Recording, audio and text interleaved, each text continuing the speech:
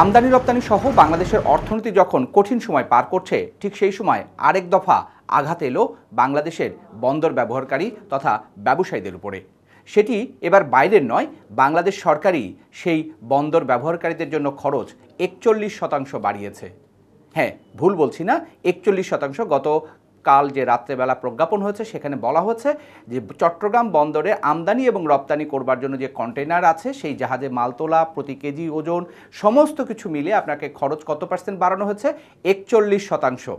মনে রাখবেন, ৪১% মানে আগে যদি এই পণ্যটা আনার জন্য আপনাকে ১০০ টাকা খরচ করতে হতো ওই বন্দরে, এখন চট্টগ্রাম বন্দর দিয়ে আনতে গেলে আপনাকে দিতে হবে ১৪১ টাকা। যদি আপনি একটা কন্টেনারের জন্য আগে ১১,০০০ টাকা দিয়ে থাকতেন, এখন ওটাকে দিতে হবে ১৬,০০০ টাকা। আপনারা হয়তো প্রশ্ন করতে পারেন যে চট্টগ্রাম বন্দর ব্যবসায়ীদের এই খরচটা বাড়লে আমাদের সাধারণ মানুষের কী যায় আসে? হ্যাঁ, এর প্রভাবটা আমাদের উপরেই পড়বে, সাধারণ মানুষের উপরে পড়বে, ভোক্তাদের উপরে পড়বে এবং ব্যবসায়ীদের উপরে পড়ার মধ্য দিয়ে দেশের যে রপ্তানি খাতের যে সক্ষমতা সেটা আমরা হারাবো। কিভাবে, কোনটা, সেই আলোচনাটা আজকে আপনাদের সঙ্গে করতে চাই। এই যে ৪১% খরচ এমন সময় সরকার বাড়ালো যে সময় বাংলাদেশের অর্থনীতি কিন্তু চাপের মধ্যে পড়েছে। আপনারা জানেন যে গেল ১ বছর ধরে আমাদের অর্থনীতি কিন্তু পুরোপুরি এখন আমাদের ঘুরে দাঁড়ায়নি। বহির্বিশ্বে কিন্তু একটা টালমাটাল পরিস্থিতি চলছে, কারণ ডোনাল্ড ট্রাম্প আমাদের উপরে ২০% শুল্ক আরোপ করেছে। খেয়াল করুন, মার্কিন যুক্তরাষ্ট্র আমাদের উপরে ২০% শুল্ক আরোপ করেছে, আমাদের দেশ থেকে পণ্য রপ্তানি করলেই দিতে হবে।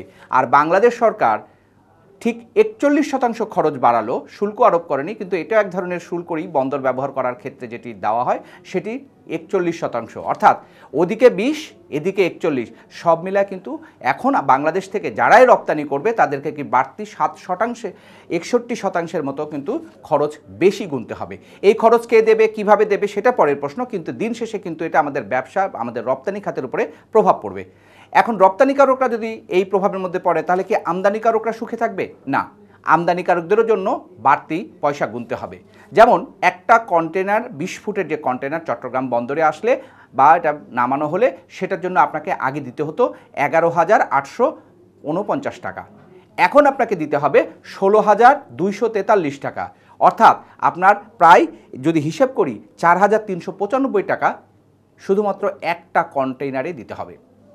আবার যে কন্টেনারের ভেতরে পণ্য আছে সেই পণ্য যদি আপনি ওঠানামা করার ক্ষেত্রে যে খরচ, সেই কন্টেনারে তুলতে গেলেও জাহাজে কন্টেনারটা অথবা নামালেন তার জন্য কিন্তু খরচ বাড়িয়েছে। কত সেটা যদি আমরা দেখি, আগে ছিল একটা কন্টেনার জাহাজ থেকে তোলা নামার জন্য $৪৩.৪০ দিতে হতো, সেইটা এই বর্তমান সরকার চট্টগ্রাম বন্দর ব্যবহারকারীদের জন্য যেটি করেছেন এখন সেটি হচ্ছে $৬৮ করেছেন। চট্টগ্রাম বন্দর কর্তৃপক্ষ এই যে $৬৮ করা মানে প্রতি কন্টেনার তোলা অথবা নামানোর জন্য আপনাকে ৩,০০০ টাকা বেশি গুনতে হবে। আমি বললাম যে কন্টেনার তোলা নামার সাথে সাথে আরেকটা বিষয় আছে যে পণ্যের ওজন ভিত্তিতেও কিন্তু খরচটা বেশ বেড়েছে। সেটা কেমন? যেমন আগে ১ কেজি পণ্য ওঠানো নামানোর খরচ হতো ৳১.২৮, সেটা আবার ৪৭ পয়সা বাড়িয়ে করা হয়েছে ৳২.১৫। এই সব মিলিয়ে যদি আপনি দেখেন তাহলে কিন্তু যে বাড়তি ৪১% খরচ পড়বে। এখন ধরুন আমাদের দেশে ডাল আমদানি করা হচ্ছে, কারণ আমাদের ডালের সিংহভাগে আমদানি করা হয়। তাহলে ডাল আমদানি করতে গিয়ে যদি প্রতি কন্টেনারে ৪,০০০, ৫,০০০ করে যদি বাড়তি খরচ পড়ে, এই টাকাটা কি হবে? পণ্যের দামের উপরে পড়বে। দামের উপরে পড়লে কি হবে? ভোক্তা যারা, সেই কিন্তু এটা দিন শেষে তাকেই পরিশোধ করতে হবে। অর্থাৎ ডালের দাম আগে যদি থাকে ১০০ টাকা, সেটা হবে ১০৪ টাকা বা ৫ টাকা বা ১০ টাকা বা ৬ টাকা হিসাবে কিন্তু বাড়বে। কারণ ব্যবসায়ী, মনে রাখবেন, মার্কিন যুক্তরাষ্ট্র শুল্ক আরোপ করলেও সেটি যেমন ব্যবসায়ীরা দেবে না, কিংবা বাংলাদেশ সরকারও যদি বন্দরের খরচ বাড়ায় সেটা কিন্তু বাংলাদেশের ব্যবসায়ীরা দেবেন না, দেবেন ওই ভোক্তারা। অর্থাৎ জিনিসপত্রের দাম বাড়িয়ে তারা কিন্তু এটা আদায় করবে। একটা মজার বিষয় এখানে বলে রাখা ভালো, এটা একটা শাঁখের করাতের আপনারা নাম শুনেছেন। শাঁখের করাত মানে হচ্ছে যাইতেও কাটে আসতেও কাটে, অর্থাৎ আসা যাওয়ার সময় দুধারেই তার ধার। এই যে বন্দর ব্যবহারকারীদের যে খরচ বাড়ানো হয়েছে এটার অর্থনীতিতে ব্যাপকভাবে পড়বে। অর্থাৎ ৪১% যে বাড়ানো হলো এটা কিন্তু ৪১%-এর মধ্যে সীমাবদ্ধ থাকবে না, এটা কিন্তু প্রায় দ্বিগুণের মতো হবে। কেন বলছি?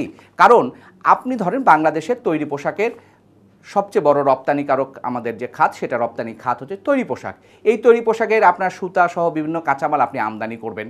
তাহলে আমদানি করার সময় ওই চট্টগ্রাম বন্দর দিয়ে যদি আপনার পণ্যটা আসে, কন্টেনারে আসে, তাহলে কিন্তু আপনাকে একবার এই ৪১% খরচ দিতে হবে। আবার এই পণ্যটা আপনি দেশে এনে ব্যবহার করে এটাকে যখন তৈরি পোশাক করে শার্ট, প্যান্ট কিংবা এই যেমন জ্যাকেট বানিয়ে যখন রপ্তানি করবেন, তখন যদি আবার চট্টগ্রাম বন্দর ব্যবহার করেন, তখন কিন্তু রপ্তানি ক্ষেত্রেও কিন্তু আপনাকে টাকাটা গুনতে হবে। অর্থাৎ আমদানি এবং রপ্তানি, কাঁচামাল যেই পণ্যরই আমদানি করা হোক না কেন সেখানে দিতে হবে, আবার ওটাতে ফিনিশ প্রোডাক্ট তৈরি করে যখন রপ্তানি করবে সেখানেই দিতে হবে। ফলে আমি 41% বাড়তি যে খরচ সেটা কিন্তু 41% থাকবে না, এটা বহুগুণে আরও প্রায় দ্বিগুণের কাছাকাছি কিন্তু বাড়বে। আরও একটা মজার বিষয় আছে এখানে, যেটি এই সরকার বা বন্দর কর্তৃপক্ষ করেছেন বা করে আসছেন বহু বছর ধরে, সেটি হচ্ছে যে ডলারের বিপরীতে, যেহেতু ইন্টারন্যাশনাল ট্রানজ্যাকশন হয় ওখানে, ডলারের বিপরীতে এই মাসুলগুলো নির্ধারিত হয়। ডলারের ধরা হচ্ছে 122 টাকা করে। এখন যদি ডলারের দাম করে 123 টাকা বা 24 টাকা বা 25 টাকা বা 30 টাকা হয়ে যায়, তখন কিন্তু এই যে খরচগুলো বাংলা টাকায় যেগুলো বললাম সেই টাকাটা কিন্তু বেড়ে যাবে। আমি শুরু করেছিলাম যে বিষয়টা দিয়ে, যে বাংলাদেশ সরকার এমন সময় চট্টগ্রাম বন্দর কর্তৃপক্ষের কথায় এই যে বন্দরের আমদানি রপ্তানি করবার খরচটা বাড়ালো, তাতে কিন্তু হয়তো আপনারা প্রশ্ন তুলতে পারেন যে সরকার তো বলেছে 1986 সালের পরে বাড়ানো হয়নি, তাহলে কি চট্টগ্রাম বন্দর কর্তৃপক্ষ কি লস করছে? না, গত বছরও প্রায় 3000 কোটি টাকা বন্দর কর্তৃপক্ষ নিট মুনাফা করেছে। নিট মুনাফাটা যদি আমি 3000 বা 2000 কোটি যেটাই হোক না কেন, 2000 কোটি টাকা বন্দর কর্তৃপক্ষ নিট মুনাফা করার পরেও কেন 41% খরচ বাড়াতে হবে? এটা কি আমাদের অর্থনীতির জন্য ভালো? মোটেও না। চট্টগ্রাম বন্দর কর্তৃপক্ষের আয় বাড়লে লাভ কি? হ্যাঁ, লাভ একটা আছে, কারণ আপনারা জানেন যে চট্টগ্রাম বন্দর ডিপি ওয়ার্ল্ড নামে দুবাই ভিত্তিক একটি কোম্পানির কাছে তুলে দেওয়ার কথা বলা হচ্ছে, এবং সেখানেই কিন্তু ব্যবসা, যে যদি বন্দর কর্তৃপক্ষের ব্যবস্থাপনা যার হাতে থাকবে, আপনি যদি পণ্যের হ্যান্ডেলিং বা কন্টেনার ওঠানামার খরচ যদি বাড়িয়ে দেন, তাহলে এই যে 2000 কোটি টাকা চট্টগ্রাম বন্দর কর্তৃপক্ষ এখন মুনাফা করলো, সেই মুনাফাটা তখন চলে যাবে কার হাতে? যে বিদেশি অপারেটররা থাকবে কন্টেনার হ্যান্ডেলিং করার জন্য, এখনও অনেকগুলো প্রতিষ্ঠান আছে, দেশীয় প্রতিষ্ঠান আছে, সেই কাজটা কিন্তু বিদেশি প্রতিষ্ঠানের হাতে চলে দেওয়ার যে পরিকল্পনা আমরা শুনছি, সেখানে কিন্তু তাদের হাতে চলে যাবে। ফলে যেটি হবে, আমাদের দেশের মানুষের উপরে এই পণ্য আমদানি করার খরচ বাড়ার কারণে মূল্যস্ফীতির চাপ পড়বে, ব্যবসায়ীদের প্রতিযোগিতা সক্ষমতা খানিকটা হলেও ধাক্কা খাবে, হারিয়ে যাবে সেটা বলছি না, ধাক্কা খাবে। কারণ আমি আগেও বলেছি যে মার্কিন যুক্তরাষ্ট্র 20% শুল্ক দিয়েছে, তার সাথে সাথে বাংলাদেশ সরকার 41% খরচ বাড়ালো। এদিকে তো গ্যাস বিদ্যুতের দাম দফায় দফায় বিভিন্ন সময় তো বাড়ছেই। ফলে ব্যবসা করবার খরচ যদি বাড়ে, তাহলে কিন্তু আমাদের দেশের অর্থনীতি আরও বেশি সংকুচিত হবে, যেটা বাড়ানো দরকার। গেল এক বছরে যে পরিমাণ অর্থনীতির ক্ষতি হয়েছে, অনেক শিল্প কলকারখানা বন্ধ হয়ে গেছে, সেই বিবেচনা কিন্তু সরকার না করে এই যে খরচ বাড়াচ্ছে, সেটি কিন্তু দীর্ঘমেয়াদে একটা প্রভাব পড়বে। আর যদি এটি বিদেশি কোনো অপারেটরের হাতে দিয়ে দেওয়া হয়, তাহলে এই যে 2000 কোটি টাকা বছরে নিট মুনাফা এখন 41% খরচ বাড়ানো, মানে ধরে নিলাম 41% যদি বাড়ে, তাহলে কিন্তু 2000 কোটি টাকার মধ্যে আরও 1000 কোটি টাকার মুনাফা যোগ হবে। মুনাফাটা যাবে কার কাছে? বিদেশি কোম্পানির হাতে। সেজন্যই বলছি যে সরকার যে সিদ্ধান্ত নিয়েছে, ব্যবসায়ীদের আপত্তির মুখেও সেটা কিন্তু একতরফাভাবে গভর্নমেন্ট পাশ করে দিয়েছে, বন্দর কর্তৃপক্ষকে পাশ করে দিয়েছে, সেটি পুনর্বিবেচনা করা দরকার।